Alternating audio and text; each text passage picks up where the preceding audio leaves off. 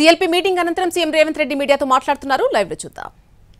ప్రక్రియలో భాగంగా ఈ రోజు सीएलपी సమావేశాన్ని ఏర్పాటు చేసి శాసన సభ్యులను శాసన మండలి సభ్యులను లోక్సభ ఎంపీలను రాజ్యసభ ఎంపీలను అందరిని కూడా సమావేశానికి ఆహ్వానించి అభిషేక్ మన్ సింఘ్వి గారిని మా వాళ్ళందరికీ పరిచయం చేయడం జరిగింది. రేపు ఉదయం 10 గంటలకు सीएलपीకి అందరిని రమ్మని రేపు సరిగ్గా 11 గంటలకు వారు నామినేషన్ దాఖలు చేయబోతున్నారు. కాంగ్రెస్ పార్టీ తరఫున తెలంగాణ రాష్ట్ర ముఖ్యమంత్రిగా పీసీసీ అధ్యక్షుడిగా వారిని మనస్ఫూర్తిగా ఆహ్వానిస్తున్నాను. ఈ రోజున్న ప్రత్యేకమైన పరిస్థితుల్లో 2014 ఆంధ్రప్రదేశ్ పునర్విభజన చట్టంలో తెలంగాణ రాష్ట్రానికి ఆనాటి ప్రధానమంత్రి మన్మోహన్ సింగ్ గారు శ్రీమతి సోనియా గాంధీ గారి నేతృత్వంలో చాలా అంశాలను చట్టబద్ధంగా మనకు హక్కులను కల్పించారు. ఖమ్మంలో ఉక్కు కర్మాగారం కావచ్చు, వరంగల్లో రైల్వే కోచ్ ఫ్యాక్టరీ కావచ్చు, ఐఐఎం కావచ్చు, సాగునీటి ప్రాజెక్టులు జాతీయ ప్రాజెక్టు కావచ్చు, అదేవిధంగా నీటి కేటాయింపుల విషయంలో కూడా కృష్ణానది జలాలు గోదావరి జలాల మీద కూడా ఆంధ్రప్రదేశ్ పెడుతున్న వివాదాలు ఇవన్నీ కూడా చట్టసభలలోనే కాకుండా న్యాయస్థానాలలో కూడా ఇప్పుడు మనము పోరాటం చేయాల్సిన అవసరం ఉన్నది. అందుకే రాజ్యాంగ నిపుణుడు న్యాయ కోవిదుడు అభిషేక్ మన్ సింఘ్వి గారు తెలంగాణ రాష్ట్రం నుంచి రాజ్యసభకి వెళ్తే మన రాష్ట్ర సమస్యల మీద చట్టసభలతో పాటు న్యాయస్థానాలలో కూడా పోరాటం చేయడానికి అవకాశం ఉంటుంది. అందుకే వారి రాష్ట్రం నుంచి ప్రాతినిధ్యం వహించడం తెలంగాణ రాష్ట్ర హక్కులను కాపాడడానికి మన హక్కులను సాధించుకోవడానికి ఉపయోగపడుతుంది. మనస్ఫూర్తిగా వారిని తెలంగాణ తరఫున రాజ్యసభకు ఆహ్వానిస్తున్నారు. అందరూ వస్తారు, అందుబాటులో ఉన్న అందరూ, నేను బట్టి విక్రమార్క గారు, అందరూ ఎమ్మెల్యేలు ఎమ్మెల్సీలు ఎంపీలు అందుబాటులో ఉన్న వాళ్ళందరూ వస్తారు. కొందరు వేల నియోజకవర్గాలలో ఏదైనా కార్యక్రమాలలో ఉండి రాలేకపోయినా మిగతా మేమందరం అందుబాటులో ఉండి నామినేషన్ ప్రక్రియను సజావుగా నిర్వహిస్తాం. డెఫినెట్ గా ఉంటుంది. తొందరలోనే ఈ ప్రక్రియ అయిపోయిన తర్వాత అధిష్టానంతో మాట్లాడి వారి కార్యక్రమాన్ని తీసుకోవడం జరుగుతుంది. రాజీవ్ గాంధీ జయంతి సందర్భంగా విగ్రహావిష్కరణకు అనుకున్నాము, కానీ తేదీలు సరిగ్గా కుదరకపోవడం రకరకాల అంశాలు ఉన్నాయి. రేపటికి స్పష్టత వస్తుంది. స్పష్టత రాగానే మొట్టమొదట మీకే వివరిస్తాం. Sir please tell me few words. You have heard from the young, dynamic and energetic. You have heard from the young, dynamic and energetic Chief Minister of Karnataka. Let me start by thanking the Congress Party, the Congress President, former Congress Presidents Sonia Gandhi and Rahul Gandhi, Ms. Priyanka Gandhi, the top leadership of the Congress Party, for nominating me. It's indeed a privilege, a very deep and humbling privilege to be asked to try and represent Telangana. I had extremely warm and fruitful meetings today with the Honorable Chief Minister, with the Honorable Deputy Chief Minister, with the senior leadership, with Mr. Keshav Rao and many others.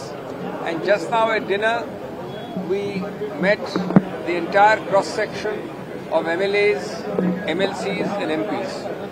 As I said, it's a humbling and a truly special privilege to be able to represent Telangana in the country's highest deliberative body, the Parliament.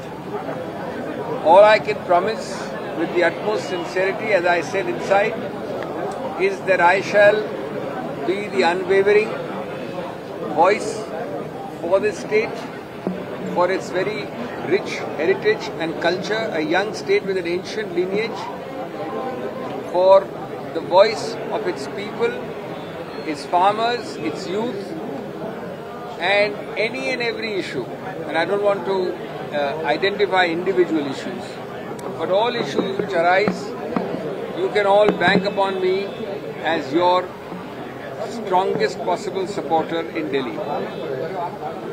I think you are all very privileged to have such an excellent, efficient team as I witnessed today, led by this able, dynamic, efficient and energetic Chief Minister. And I think this state is going to go to the highest heights and the best is yet to come each month, each year. Thank you so much.